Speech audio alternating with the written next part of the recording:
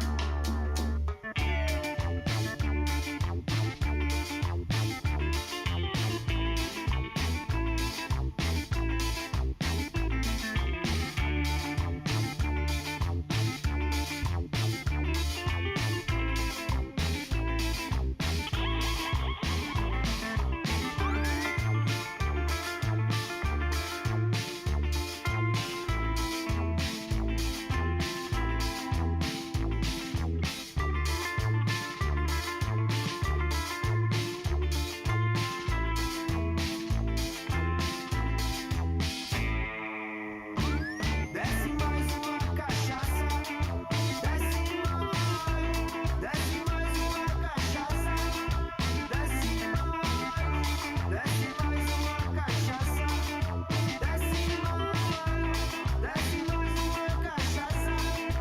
desce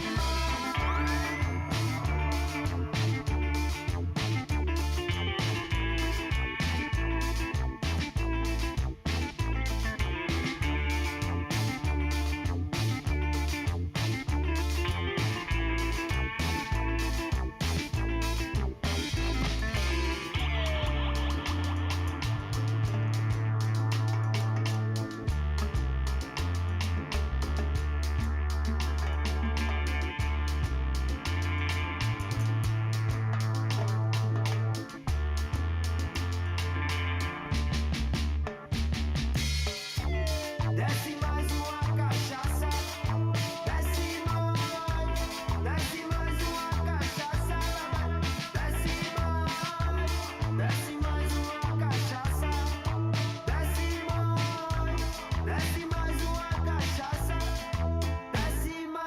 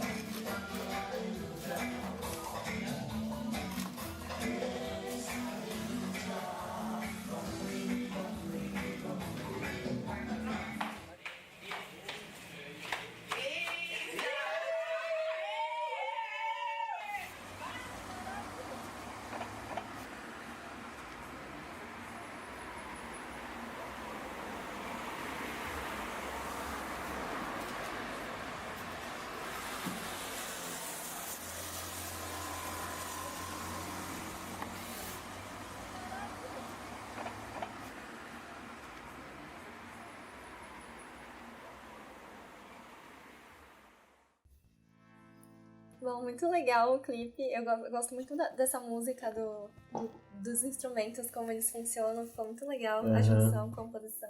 Como que foi gravar esse clipe, né? Que você tava comentando ali quando tava passando, que vocês tiveram que beber mesmo. Como que foi esse processo? Essa música ela faz parte do nosso primeiro EP, né, do Sozinho no Alto, que foi lançado em 2018. e a gente precisava ter uma música single para lançar como videoclipe, né? A gente sempre trabalha dessa forma, né? A gente faz um CD ou um EP e a gente faz um single com videoclipe. E aí a gente escolheu essa música, além de conter a participação de um amigo meu que é da banda The Howlis aí de São Paulo. Na verdade eles são de Recife, mas moram em São Paulo, que é o Arthur Dossa, que é um cara muito bacana. A gente resolveu fazer porque era uma música que retratava muito a minha, não só a minha vivência, mas a vivência dos meninos também, assim, né? De viver tomando uma e tal. E por ser uma cúmbia também, uma música mais, né, dançante, assim.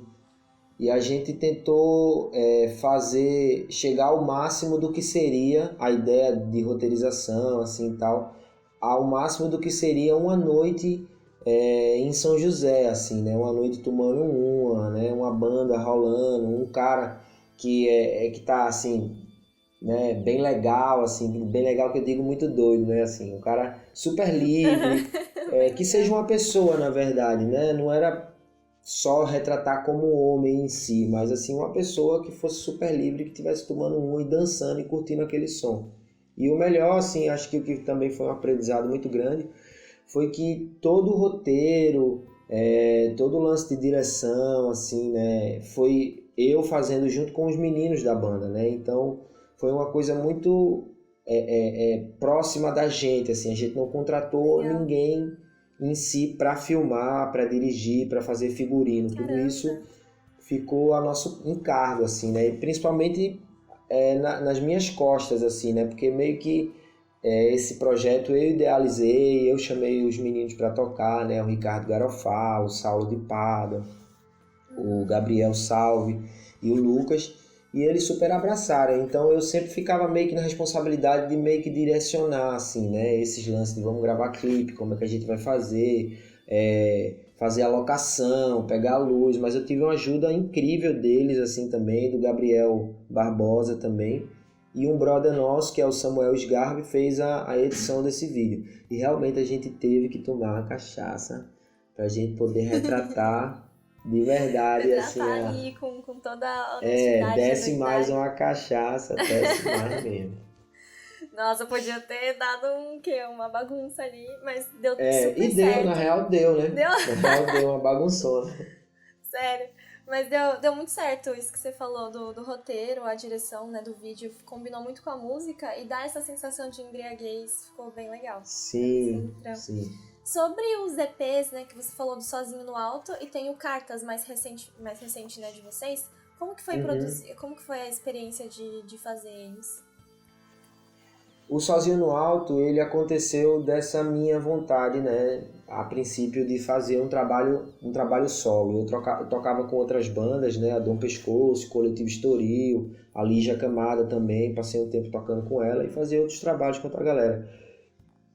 E aí eu decidi assim, porra, eu quero um trabalho solo, né? Quero um trabalho meu, né? E tal. Aí veio o primeiro disco. A princípio eu pensei em fazer uma trilogia, que seriam 3 EPs seguidos, né? 2018, 2019 e 2020. E aí eu consegui lançar os 2, né?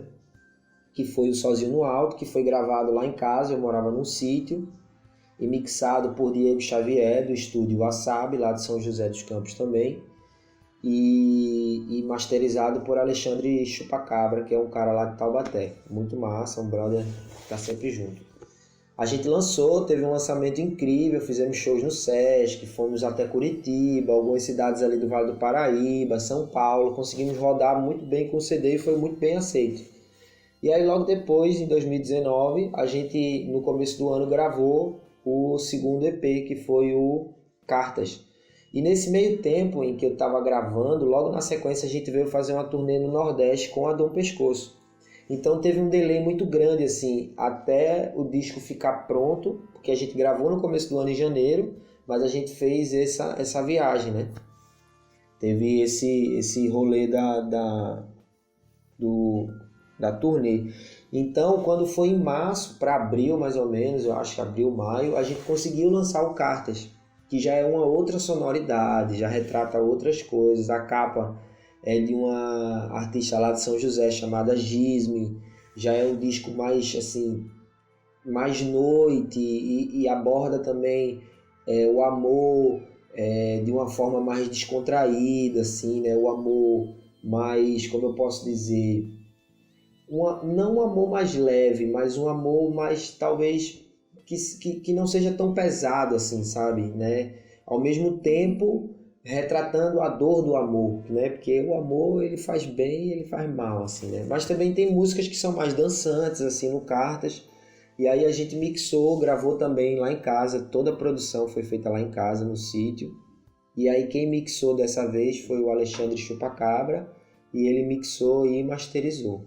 Aí também a gente fez show de lançamento, fez uma turnê pelo sul, foi até Floripa tocando, assim, na raça, de carro, como banda independente. Nossa, legal. E é isso. Entendi. Muito massa. E a gente ficou sabendo E aí que você também é... Ah, oi, pode continuar. Acho que tá E aí eu terminando não bem. consegui dar seguimento à trilogia até então, né? Porque assim, Verdade. foi Você o falou que primeiro, o queria fazer esse segundo, ano, né? mas o terceiro acabou que ficou por problemas técnicos, né? Assim, grana Entendi. mesmo, outros processos, outras coisas, Chegou e aí quase lá. acabou que não rolou.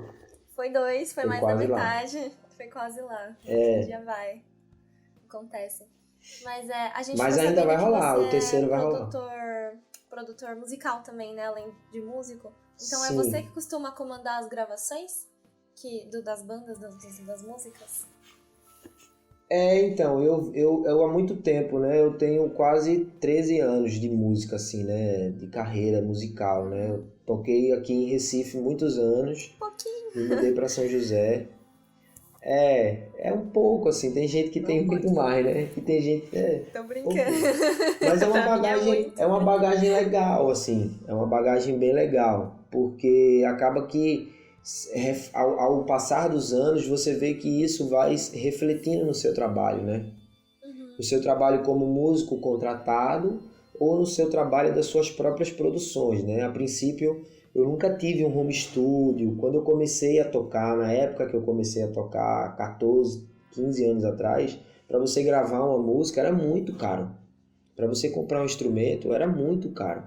Então, quem ia em estúdio fazer gravações era uma dificuldade muito, muito grande. As bandas estavam muito longe dos estúdios, porque ainda assim existia o mercado do CD, o vinil já tinha acabado, mas já existia o mercado do CD e estava começando esse lance da internet, né, do MySpace. Então eu peguei o começo do MySpace, sim, né, então do SoundCloud, que hoje ainda é usado, mas muito pouco, e hoje tem outras tantas plataformas de streaming, né?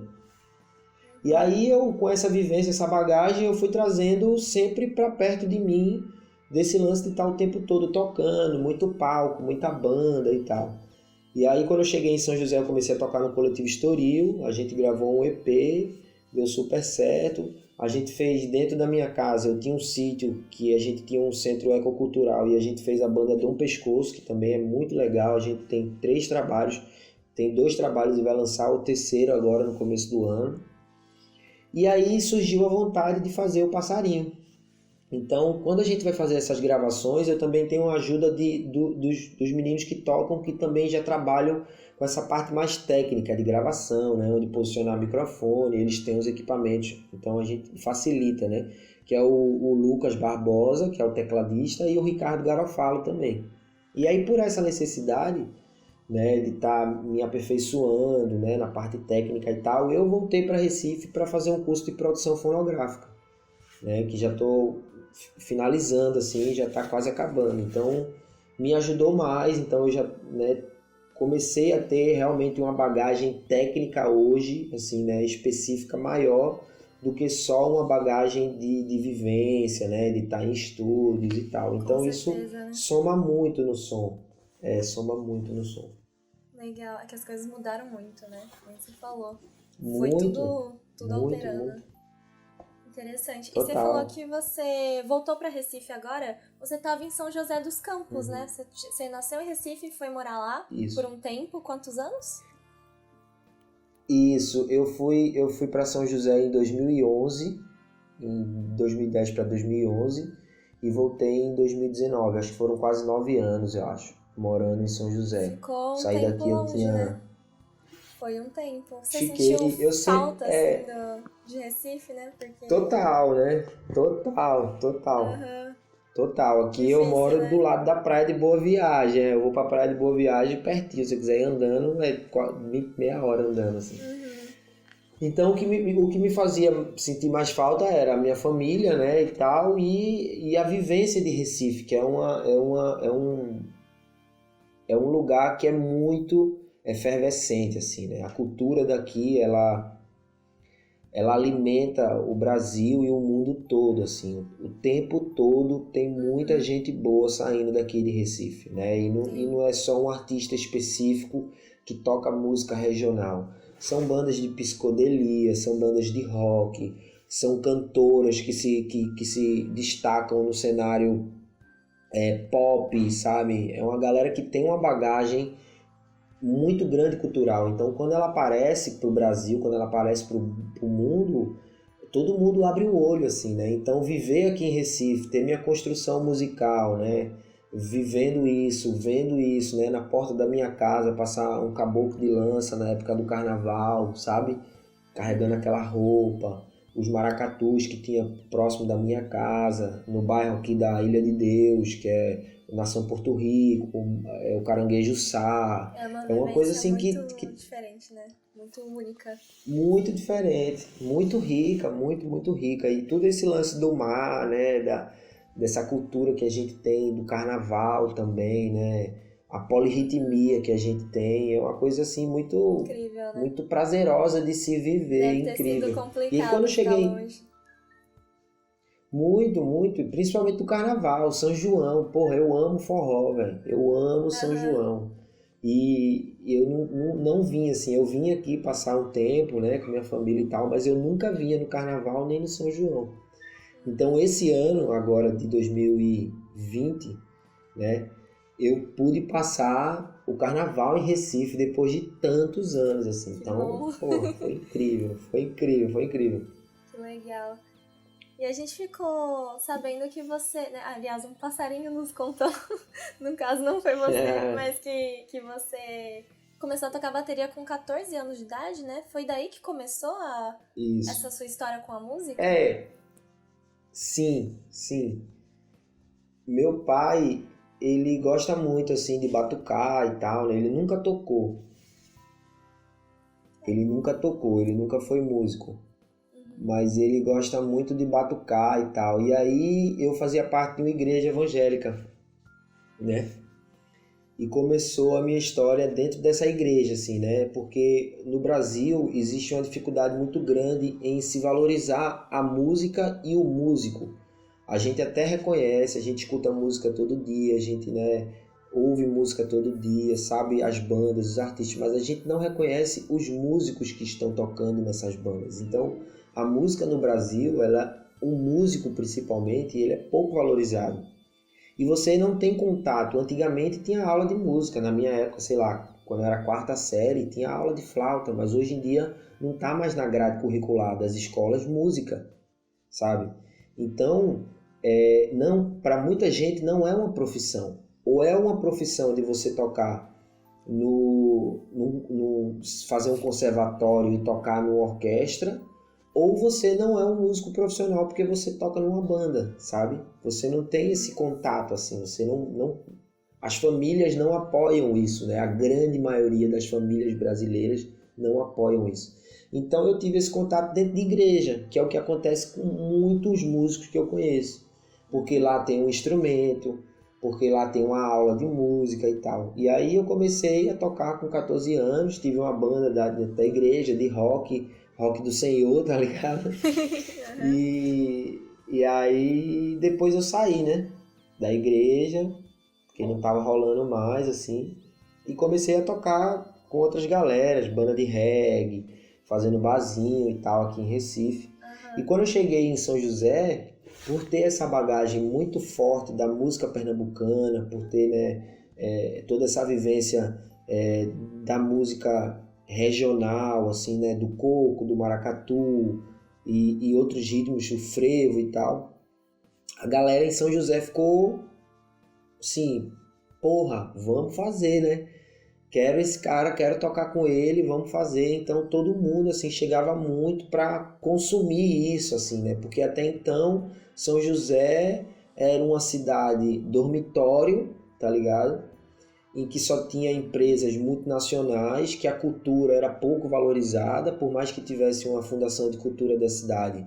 Era uma coisa muito bairrista, tinha a cultura da viola caipira, um pouco da cultura da roça e tal, mas era uma coisa assim, bem fragmentada, né, quando eu cheguei. Existia, né, um movimento cultural dentro da cidade de São José, mas não era pulsante como é hoje. A quantidade de bandas, a quantidade de locais. Não que eu fiz, não só eu fiz parte dessa construção, a cidade toda fez.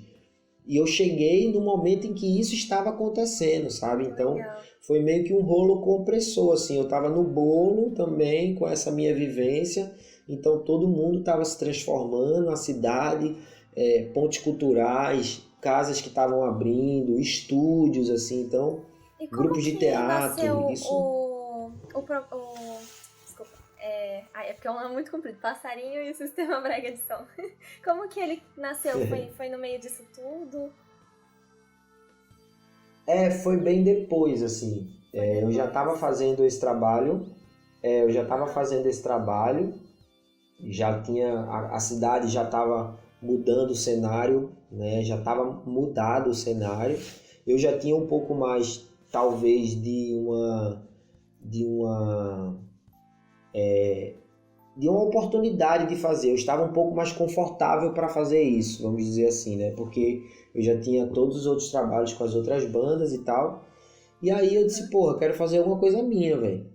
Eu quero fazer brega, sabe? Eu quero cantar brega, eu quero cantar safadeza, eu quero cantar coisas sobre o amor, eu quero tirar a onda do meu jeito. E envolvendo reggae, que era uma escola que eu tinha muito forte na minha vivência, né? Porque eu amo reggae, adoro, porra, curto pra caramba. E aí eu disse, vou fazer essas duas coisas. A princípio eu tentei fazer um outro projeto, não deu certo, aí fragmentou. E aí depois eu vim já para fazer o Sozinho no Alto. Tinha umas músicas, tinha umas bases assim, e aí eu chamei os meninos, chamei o Gabriel Barbosa e o Lucas Barbosa, que são dois irmãos. E aí disse, bicho, vamos lá para casa e vamos fazer. Aí a gente ficou em casa uma semana assim, construindo. Aí eu fui gravar a música e até então eu tava nessa de procurar um nome, porque ia ser Passarinho e o Ninho. Mas eu tava pensando assim, porra, eu vou fazer uma banda de brega, eu vou fazer uma banda de reggae, completamente doideira, safadeza total, noite, cachorrada, pá, não sei o que, eu vou chamar Passarinho e o Ninho, é pau, né? Tá muito leitinho, né? Aí um brother meio que falou assim, né? Porra, Passarinho não sei o que, pá, não sei o que, aí Passarinho. Aí a gente ficou procurando o nome e aí nasceu o nome, Passarinho e Sistema Brega de Som. É bem forte. Que é um nome grande, né? Que é um nome bem forte também. E trouxe assim, e sintetizou na real, né? Porque o sistema vem do sistema de som da música jamaicana, do dub e tal. Legal. E o brega vem do brega mesmo. Perfeito, né? Então, E sobre o brega, casou. foi... Então vocês começaram desde o início, querendo, já com o intuito de fazer brega mesmo, né? Por acaso alguma influência de vocês veio do Pará? Talvez. Sim, a gente tem uma influência paraense, né, da música paraense, como o carimbó, né, o sirimbó, músicas que são regionais do Pará, assim, pela própria guitarra, né, paraense, aquela guitarra que reflete muito aquela música amazônica, assim, né, que puxa, de certa forma, a música colombiana, e aí tem essa mistura, né, da cúmbia e, na verdade, a música paraense, ela envolve muitas coisas, né, porque tem o regional do Pará também, né, tem a música regional do Pará também, que tem uma vivência muito pesada indígena, né, da música indígena e tal, e ao mesmo tempo essa influência pesada da música da América Central, assim, né, da música da América Latina de uma forma geral, né, da cúmbia peruana, da cúmbia colombiana e tal. E isso também está muito presente, mas eu acho que o que a gente mais carrega assim, em relação ao brega, tem duas vertentes que são muito certas assim, né, em relação ao brega, que é aquele brega antigo, feito por Erasmo Carlos, Roberto Carlos, Reginaldo Rossi, que é aquele brega meio iê, assim, saca? Que é aquela coisa dos anos 70 e tal. E tem esse brega novo que eu já trago dessa vivência minha de Recife, que é esse brega safado, como a gente diz assim, esse brega rasgado, assim, né? De bandas como Swing do Amor, Nega do Babado, Legal, é possível ver isso, sabe? né? Ver essas influências Então.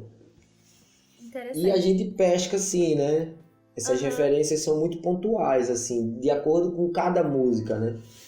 A gente aqui no Primeiro Palco, nós temos um quadro chamado Na Lupa, no qual a gente costuma tentar dar um contexto sobre os gêneros que a gente está abordando aqui, né?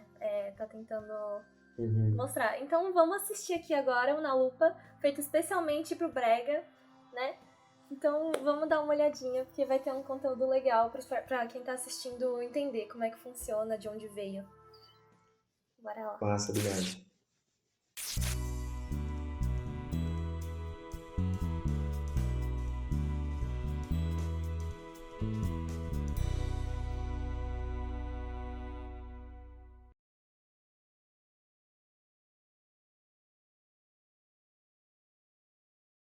Criado no Pará, o Tecnobrega tem uma legião de fãs. Até mesmo quem não é fã já ouviu por conta própria, ou por causa do vizinho escutando Me Libera da banda Djavu no último volume, uns anos atrás. Na real, foi o brega que apareceu primeiro no cenário musical. Com uma pegada mais romântica e sem muitas elaborações, o ritmo, que antigamente era taxado como de mau gosto, bombava nas festas paraenses. Seguindo a onda das músicas internacionais no início do século XXI, o Tecnobrega surge de uma fusão de ritmos, popularizados principalmente pela banda Tecno Show, liderada pela Gabi Amarantos, que até hoje é considerada uma das pioneiras do gênero. O Tecnobrega cresce quando os estúdios começam a usar computadores para simular instrumentos musicais, dando assim uma maior facilidade para a criação, um estilo que é conhecido como aparelhagem. Esse estilo único influenciou outros novos, como o Cyber, o Melody, o Electromelody e o Technomelody. Tudo por causa do seu ritmo e instrumentos característicos, sendo eles o teclado e a bateria elétrica. Mas e aí, Luiz? Qual instrumento não pode faltar no sistema brega de som? E aí? Sobre a pergunta. Qual instrumento não pode faltar no sistema brega de som? Eu acho que eu vou nesse segmento aí. Eu acho que a guitarrinha e o teclado não pode faltar. Eu acho que eles dão um creme assim para a música, uma textura, uma timbragem que traz esse tecnobrega também, né, que é mais recente assim. Então eu acho que um tecladinho bem sintetizado sim e uma guitarrinha bem sacaninha não pode faltar. Legal. Bom, a gente já tá finalizando, né? Foi muito legal o papo, mas só perguntando um pouco mais sobre a pandemia. Como que ficou pra vocês, né? A situação. Você teve muito problema? Vocês estão voltando a fazer shows aos pouquinhos? Ou ainda tá parado? Então, o ano de 2020 foi muito complicado, assim, né? Para todo mundo. E, de uma forma geral, a cultura sofreu um baque muito grande, assim, né? Toda a cultura, não só por causa da pandemia, mas também pelo atual governo. E isso trouxe dois golpes muito grandes, né? O atual governo, a pandemia veio para... Assim, a gente não tinha uma política pública... a gente não tinha uma política pública referente ao se acontecesse isso em relação a nada, na real, né? A saúde, a nada. A gente não estava preparado para nada disso. E aí, quando aconteceu, eu estava aqui em Recife. A gente tinha uma música para lançar no ano de 2020. Então, de certa forma, o distanciamento já existia, né? Porque eu estava em Recife, os meninos estavam em São José. Então a gente já estava trabalhando pela internet e tal. E aí a gente lançou em 2020 um single também pensando nesse lance do mercado, né? Porque o mercado hoje em dia, né, tudo é single, a galera lança muito single e tal, ao invés de lançar um trabalho mais sólido, fica jogando single. E a gente tentou fazer esse teste nesse ano de 2020, aproveitando justamente esse lance de pandemia. E essa distância também que a gente tava, né? Que eu tava da banda. E aí a gente lançou o Cúmbia de Manhã, que foi lançado bem próximo ao Dia das Mães, assim, né? Que foi na semana do Dia das Mães do ano de 2020. A gente também gravou, o Ricardo Garofalo mixou, um brother dele masterizou, e a Jaine, que é uma menina lá de Jacareí, fez uma colagem, que ela trabalha com colagem analógica, e fez a capa do single. E a gente lançou também o single Agoniado, que retrata muito isso também, né? Que é esse lance do artista ter que ser multifacetado, do artista ter que, né, ser o produtor, ser o músico, ser o assessor de imprensa, ser o cara que vai fazer a direção, enfim, o cara tem que ser tudo hoje, né? Porque o mundo tá 24/48, ninguém para fazer nada, assim.